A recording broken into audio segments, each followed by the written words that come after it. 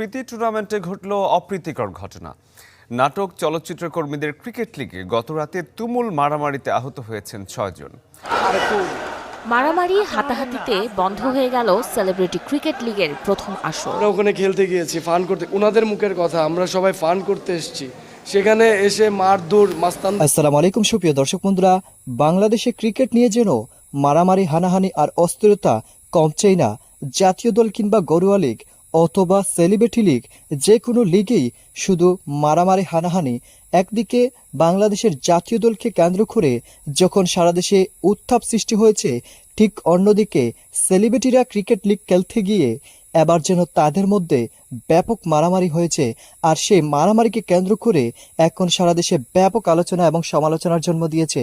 দর্শক বন্ধুরা, সেখানে বেশ কয়েকজন আহত হয়েছেন এবং তারা কেঁদে কেঁদে মিডিয়ার সামনে এসে বিচার চাচ্ছেন। তো দর্শক বন্ধুরা, চলুন কে বা কারা এরকম অস্থিরতার জন্ম দিয়েছে, অবশ্যই ধৈর্য সহকারে পুরো ভিডিওটি দেখবেন, তাহলে বুঝতে পারবেন। প্রীতি টুর্নামেন্টে ঘটল অপ্রীতিকর ঘটনা। নাটক চলচ্চিত্র কর্মীদের ক্রিকেট লিগে গতরাতে তুমুল মারামারিতে আহত হয়েছেন ৬ জন।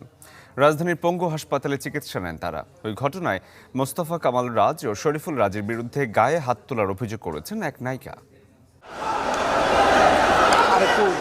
মারামারি হাতাহাতিতে বন্ধ হয়ে গেল সেলিব্রিটি ক্রিকেট লিগের প্রথম আসর। ঘটনার সূত্রপাত শুক্রবার রাতে, যখন ইনডোর স্টেডিয়ামে মুখোমুখি হয় দুই পরিচালক মোস্তফা কামাল রাজ ও দীপঙ্কর দীপনের দল। খেলার মাঠেই চলে দু দলের স্লেজিং, উত্তেজনা ছড়ায় সমর্থকদের মাঝে। যদিও বা শেষ হয় সেই খেলা, তবে রয়ে যায় প্রতিপক্ষের প্রতি উত্তপ্ত সে মনোভাব, যার রেশ ধরে হাতাহাতির শিকার হন অভিনেত্রী রাজরিপা। অভিযোগ, শিকার হয়েছেন হুমকিরও। তারা থ্রেট দিছে, ঠিক আছে, খুন করবে।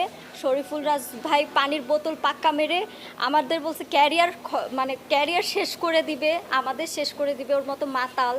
আমাদের একটা ভাইকে আতিক নাম, ওকে কোলে করে নিয়ে নিচে ফেলে দিয়ে যেই পরিমাণের মারলো, আমরা ঠেকাতে যে আমরাও মাইর খেলাম।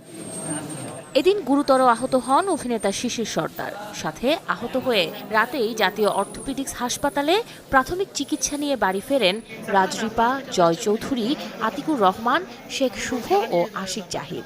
যা ঘটেছে তা খুবই অল্প কিছু গুটি কয়েক কিছু মানুষ, যারা আসলে শৈল্পিক ধারণা বহন করে না, তারাই কাজটা করেছে। এবং আমরা যেহেতু বিশ্বাস করি শিল্পী সত্তায়, আমরা ডিরেক্টলি কোনো রকমের পাল্টা আঘাত প্রতিহত জায়গায় যায়নি। বিশ্বকাপে বাংলাদেশ দলকে সমর্থনে আয়োজিত সেলিব্রিটি ক্রিকেট লিগ এখন সাংঘর্ষিক আচরণে আছে বন্ধ। এমন অপ্রীতিকর ঘটনার মীমাংসার পরই সন্ধ্যায় সংবাদ সম্মেলনে জানা যাবে সিসিএল এর ভবিষ্যৎ।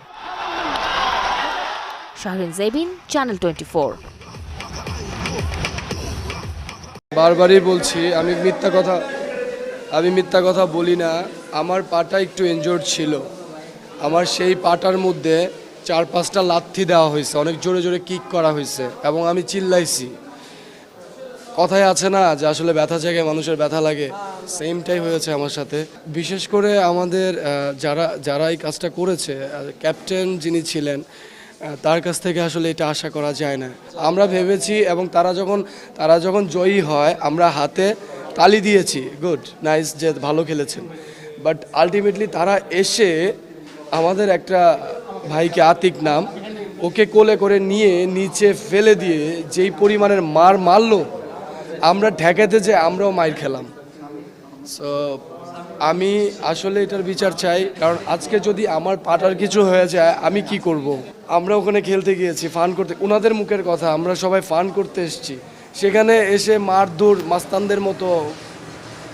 আসলে এটা লজ্জাজনক আমাদের জন্য, কারণ আমরা ইন্ডাস্ট্রিতে কাজ করি, উনি ডিরেক্টর, আমি অ্যাক্টর, আমাদের মধ্যে মধুর সম্পর্ক থাকবে। এখানে মারামারি কাটাকাটি এইসব তো আসলে কি হবে, মানে সিসিএল খেলে কি মানে বিশ্ব জয় করে ফেলবে? শরীফুল রাজ পানি বোতল টোতল অনেক কিছু ছুঁড়ে মারছে আমাদের আর্টিস্টদের উপরে। এর পরবর্তীতে ওইভাবে আমরা মেনে নিয়ে সুন্দরভাবে খেলা শেষ করছি। শেষ করার পরে তখন নিয়ামুল ইমতিয়াজ, মলবুল ভাই সহকারে আরও অনেকে আসছে, মেরে ফেলবে মনোজ ভাইকে মেরে ফেলবে, ওই অ্যাটাকিং করেই আসছে যে ওরা মেরে ফেলবে। দেন তারপরে আবার আমাদের ওখান থেকে যারা বসা ছিল ছেলেদেরকে তুলে নিয়ে যেয়ে পিটাচ্ছিল। পরে ওইটা আমরা আবার ঠেকাইতে গেছি, ঠেকানোর পরে যারা ঠেকাইতে গেছে তাদের সবার উপরে গায়ে হাত টাত তুলে ওরা চলে গেছে। ছোটো একটা বিষয় নিয়ে মারামারি পর্যায়ে যাওয়ার কথা না, কারণ মোস্তফা কামাল রাজ সাহেব উনি নিজে ব্যাট হাতে দিয়ে উনি দীপন মতো একজন আর্টিস্ট, যে আপনারা পরিচালক, আপনি জানেন যে একদম মাটির মানুষ একজন, তাকে পর্যন্ত হিট করতে গেছে, সেটাও আমরা সেভ করতে গেছি। এরকম একটা মানে আমাদের আহত হয়েছে কতজন আপনারা তো দেখলেনই। খেলার মাঠে যা হয়েছে তা আপনারা দেখেছেন, ব্যাপারটা আসলে এখন আর গোপন করার কিছু নেই। আমি মনে করি একটা টিমের ক্যাপ্টেন হিসেবে এইটা ঢালাওভাবে পুরা শিল্পী সমাজের উপরে এর দায় চাপানোটা খুবই ভুল হবে। আমরা সবাই ব্যাপারটা নিয়ে খুবই মর্মাহত।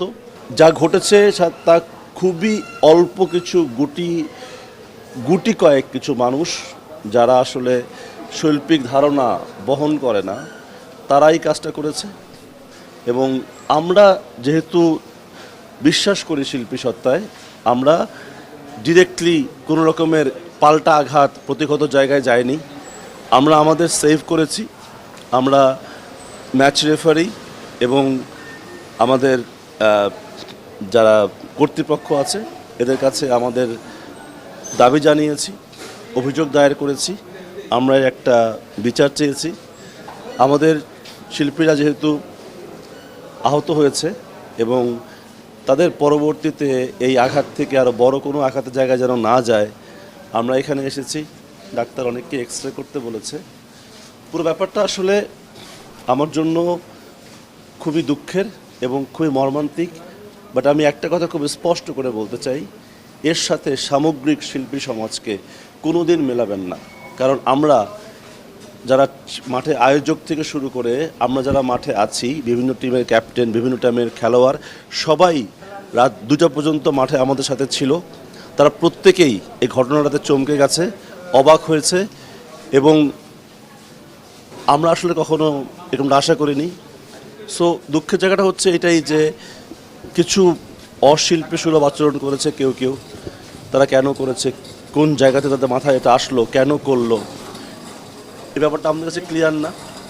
আমরা এইটার একটা যথারীতি একটা বিচার দিয়েছি ম্যাচ রেফারিকে, পাশাপাশি আমাদের যারা বিভিন্ন সংগঠন আছে আমরা তাদেরকেও জানাবো আমাদের এই সমস্যার কথা। সব মিলিয়ে আসলে আমরা যেভাবে মানে আমাদের উপরে হামলা করা হয়েছে, আমরা ঠিক পাল্টা কোনোভাবে যেতে চাই না, কারণ এটা শিল্পী সুলভ আচরণ নয়। আমরা নিয়মতান্ত্রিক প্রক্রিয়ায় যাব। সো এই বিষয়টা নিয়ে আপনাদেরকে কালকেই সংবাদ সম্মেলন করে কর্তৃপক্ষরা জানাবেন। কর্তৃপক্ষ আমাদের কাছ থেকে সময় চেয়েছেন পুরো ব্যাপারটাকে ফুটেজ বিশ্লেষণ করে, অনেক কিছু বিচার বিবেচনা করে, অন্য পক্ষের সাথে কথা বলে তার একটা সিদ্ধান্ত দেবেন। আমরা আমাদের দাবি জানিয়েছি।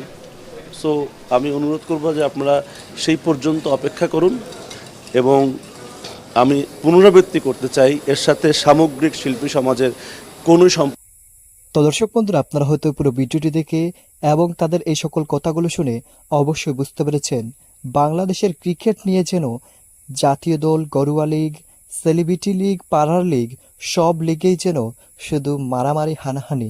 তো দর্শক বন্ধুরা, আসলে এই ঘটনাগুলো অত্যন্ত দুঃখজনক। যেখানে আনন্দ করার জন্য ক্রিকেট খেলতেছে, সেখানে মারামারি, হানাহানি, অনেক মানুষ ইনজুরিতে পড়েছে।